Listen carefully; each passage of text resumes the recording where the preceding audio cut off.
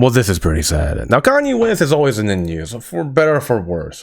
Honestly, it's always for the worst. He can just say whatever he wants, and people just love his music so much, they're like, Have you heard Graduation? Well, Kanye just released his recent album, Bully, which has received praise from all of his fans, of course. I used to listen to this guy throughout all my middle school and high school years, but ever since he started going a little crazy, that's when I'm like, okay, maybe it's time to stop. The things he says is a little too spicy for me. I can't handle the heat. But hey, what do I know? I'm just a Chinese man. Because it's been said that this past week, Kanye West has made $33 million on his recent concert, making it one of the highest grossing concerts in music history. How easy we forget. But what starts his recent controversy is how he was mentioned to be headlining London's greatest festival, Wireless. And might I just say, what am I looking at? This just looks like a nostril. But the thing that caught my eye and many others was the fact that Pepsi was the main sponsor of this. And not just Pepsi, but just a whole roster of prominent companies. Now when I first saw this news last week, I was like, damn, that's kind of strange that these companies would attach their name to Kanye's. But at the same time, I forgot, companies don't care about morals. They just want that money. They're like, morals?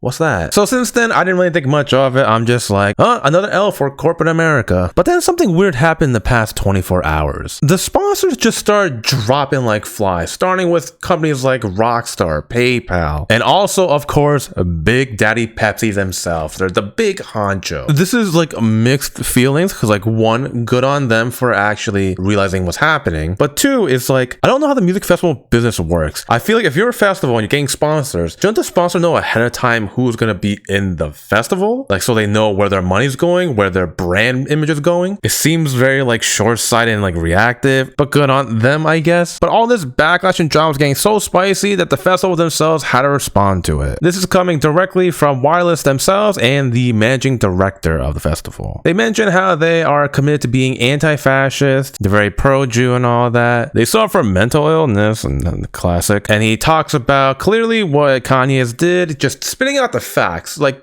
giving us a good history lesson and all. He's like, yeah, Kanye, what he did, terrible, inexcusable. But then he's like, you know what? Let's forgive the man. He's such a bad person, but have you heard Graduation? Clearly this is a man with zero morals. He closes off by saying forgiveness and giving people a second chance, blah, blah, blah, blah. Listen, I get the, the whole idea of giving people a second chance, but I feel like if you cross a certain line as Kanye does, then you don't really earn a second chance. But again, what do I know? Millions and millions of people turn a blind eye every day about this. Kanye recently, a few months ago, did have a more thought-provoking apology, reflecting his actions, actually like taking some accountability. But I feel like only time will tell what this man will really be. Will he actually stick to his word and be a better person, or will he just have another crash out? I do hate when people bring this all the time with like creators of any source. It's like, oh, you need to separate the artist from the art. It's like, get out of here with that, man. I feel like that's so like spineless.